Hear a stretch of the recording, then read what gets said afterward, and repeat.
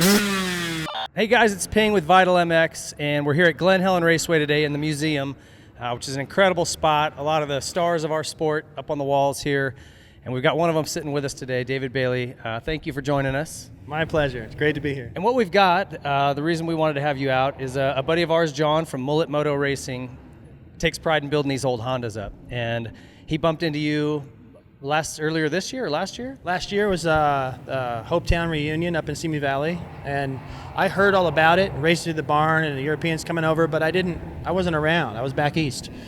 So I thought, man, what a cool thing to go back up and just be surprised at what I run into. And I was. It was a bunch of cool stuff. But then I saw John, and he had done a replica 250 that was like the Majora bike for Rick Johnson, the green number plate, number 2. And I just liked it. I liked the job that he did on it and the way he explained what his real motive was. I'm not trying to make an exact bike. I just want to, tribute this one and be able to ride it too. And he told me later that he had a 500 and what should he do with it. And then talk started going from there. Well, and he said that your response, without a whole lot of hesitation, was 500 USGP 1986. Like you said that bike without any hesitation. Yeah. Why? Well, when he told me what bike he had, it's difficult to try to make a works bike, and so to do a production bike is a whole lot easier. And even though he had to modify this a little bit to get it more like the 86, he did the work, and his passion and his attention to detail, and he maybe missed that era a little bit, as a kid growing up and riding, but he paid attention to it enough that what I'm looking at here, you can put this next to my race bike from Carlsbad that day, and it would take somebody real educated to figure out the difference. And so I think it's neat that he did it. I thought that race was real special. That was the first big race for motocross, Wide World of Sports, motocross next right on the freeway. And this was the last time that I ever raced there, the last GP they ever had at Carlsbad, and Rick won it, number 25, and I was second. Completed the sweep, and then got the better of him in the 500. But these bikes were fantastic, and it was a one-off deal. And I thought it was just fitting to make it the last race at Carlsbad.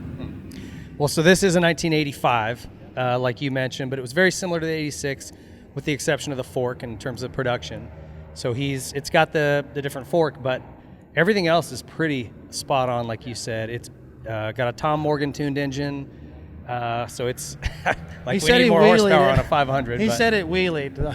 I'm sure. But I like he's got the tape on the levers and stock grips, and there's a bunch of things about it that are like, it's mine. It looks like my bike. It's a time travel right now. Yeah, he's done a fantastic job. So I wanted to just chat with you a little bit about what you remembered about that bike in particular from that season, and then that race in particular. Well, we raced these bikes right after the Anaheim 86 battle. We went to a Golden State race at Carlsbad, and I rode the 500 only. I didn't want to ride the 250 and show Rick anything. I was like, I want to win the Supercross title, but I rode the 500. He rode both classes, and I beat him. And then I was comfortable on the 500 from the years previous, so I expected to win the GP. And the night before, I felt like a little bit sick or something, and truth be told, I was pretty sick, and I was proud of my performance, real proud of it. But even if I had been 100%, there's no way in the world I was going to beat Rick Johnson there. It was his day and fitting. And it was Brock won in 84, I won in 85, and Rick won in 86. I thought it was kind of neat that we all got a chance to win it and to finish second to your teammate and complete the 1-2. That's what I remember about the day and riding that bike there at Carlsbad. And you actually showed me a picture that's you coming off Devil's Drop, last lap, and you said all I could muster was a little thumbs up. Yeah, I mean, I'd seen Rick, and I had copied it once. He tossed his goggles to the crowd. I was beat. I worked real hard to catch up to Wardy, got by him and completed the sweep, and then just one of those and landed, and I rode in, and I couldn't get my gear off. I was cramped up and all messed up, but this bike it got me to the finish line. I didn't have it, but the bike had enough, and I could just sort of be a unit and get there and get the sweep completed. And I mean, I know they were factory bikes, and you guys had them working great, but it just in my head coming down the downhill at Carlsbad on a 500, I'm not interested at all. I mean, how Yeah. sketchy was that? Very sketchy. And that's where Rick was really fast. And I never got to see him go down it because he was so far ahead of me. I was back there with Lachine and Wardy, and I never saw Rick all day. I heard he was fast. I saw the TV broadcast later, and I'm like, oh, no wonder. No wonder I didn't see him. But, you know, for me to ride this bike, there's a picture on the wall behind us where I'm number 6, same bike. And when I realized that Rick had the Supercross pretty dialed, I won Anaheim and thought I got it. And then he reached for more, and he surprised me. I just couldn't beat him. And it was the same in the 250 outdoors. So I just kind of abandoned the 250 practicing, and I started riding my 500. So I was riding this bike all the time, and that picture on the wall behind us is on the Supercross track. I rode it in the woods. I just got to where the bike was it was automatic. Yeah, it was a part of me.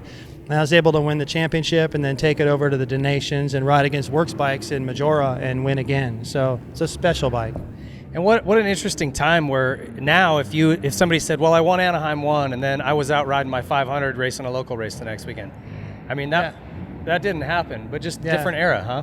Totally different era, and I thought it was important to ride. I always had a 125 as well, and always had a 125, and I thought it was important to keep my aggression, getting out of the corners and keeping up momentum. And then too much riding on a 500 would mellow you out. You know, you'll go down the Carlsbad Freeway slow, and that's not good for race pace. So it's good to practice on different size bikes. But that year, this particular year, I knew that if I rode the 500 a lot and got really comfortable on it, tight woods track, Supercross track, big national track, that maybe I could finally knock Rick off the top step, and I finally did it at the end. And how did that 500 championship go? How many of those rounds did you win? So I think I won 3 or 4 of them. There was only 6 rounds, so I won my own race at Sugar Tree. I won Binghamton. Which I think you mentioned, right? Yeah. You're sitting on the line thinking, oh man, what? I hope we have a hot dog buns. You know, you're worried about the logistics instead of racing. And it was this bike. Yeah. And then I won Binghamton, and then I won Hollister. Okay. And then I just rode nervous just to get the job done at Washougal and won the title. Barely. I only won by 4 points or something. And so this bike was a super special bike for Rick because he came right to the team and got on bikes, and he just won everything right away. And for me to win my last championship on this bike and to see him come along and go, hey, you know, instead of doing that, because there's been a lot of David Bailey bikes, which I super appreciate, can't believe it, but something like this hasn't been done. I thought it kind of married it to the USGP and a final time. Yeah. What do you remember about that race bike that year specifically? Anything like with the way it handled, the way the power worked, some of the things you guys did to it? I remember it was hard to start. So I'd stand with my left foot on the stand, you know, and then I'd already be up in the air, and I'd get this kickstart at the very top and just everything I had, and I still wouldn't quite fire. It would let me know, like, close one. I'll start pretty good. I'll start on the next kick, a little more. So starting it was difficult, but riding it was really fun because it was like a 250, but just faster. And the thing that was kind of deceiving about it is when you look at the tank, it's almost like a Baja. It's huge, but when you're on the bike, it was really comfortable. It didn't have that narrow, sleek look, but it worked great. And obviously, I mean, every time Rick and I were riding it, and Johnny, we were first, second, third most of the time, and it was just, I didn't really need to do anything to it. I just get on it and ride it. And you said it was mostly stock. You guys weren't doing a bunch of engine work or anything else? Not much. I mean, everything was just factory parts, you know, but it wasn't like they had to go into the dyno and make it faster. It was already fast enough. We had just come off of the 84 bike, which you had on by your show when I was on, and then the 85 Works bike, and they mixed up the power a little bit, and so when they got to the 85 and 86 production bikes, it was really dialed in. So it was fast enough already. And what about handling? You handle great.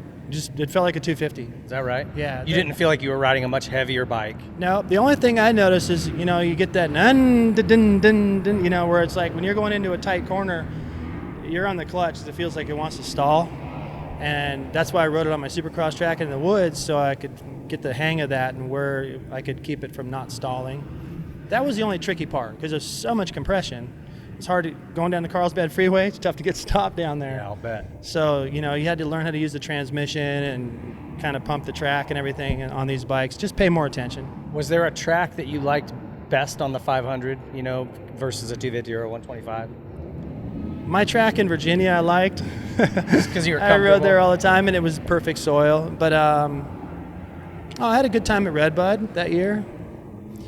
We rode all the guys used to be separate, but in that particular year, we rode the 250 Nationals, Wardy, Johnny, me, Rick, Brock, and we also rode the 500s. And I just remember getting onto the 500, and I had practiced on it so much that it was, I started feeling confident, like I'm going to win this. And then Rick won the first race. Johnny and I crashed into each other and got up. It was Rick's birthday, and the next race was at my track. And thankfully, I think, because I won both motos, took the points lead, and never let go of it. And special year and a special throwback.